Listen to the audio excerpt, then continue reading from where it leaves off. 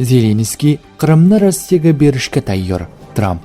AQSh prezidenti Donald Tramp Ukraina yetakchisi Vladimir Zelenskiy bilan Rossiya tomonidan anneksiya qilingan Qrimdan voz kechishga tayyorligiga ishonishini aytdi. Bu haqida u kecha 27 aprel kuni Fox News telekanaliga bergan efirida so'z ochdi.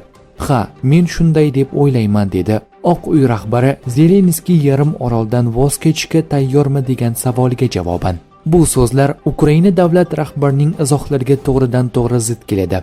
Qayd etish joizki, 26 aprel kuni Tramp Vatikanda Ukraina prezidenti bilan uchrashgan edi. Ertasi kuni esa u Vatikandan qaytayotgan Tramp Rossiya prezidenti Vladimir Putindan Ukrainada o'q uzishni to'xtatib, tinchlik bitimini imzolashni xohlayotganini aytdi.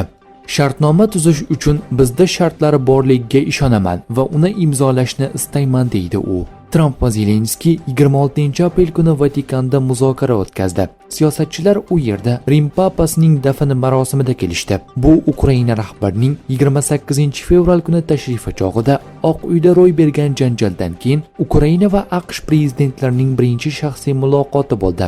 Tramp bu safar oldingi hodisani kichik mojaro deb atadi. "Men uning gaplariga qo'shilmadim, kameralar esa aylana boshladi", dedi Amerika rahbari. Yangi uchrashuv taxminan 15 daqiqa davom etdi. 15 daqiqa davom etdi. Oq uy buni samarali, Kiyev esa juda ramziy deb ta'riflagan.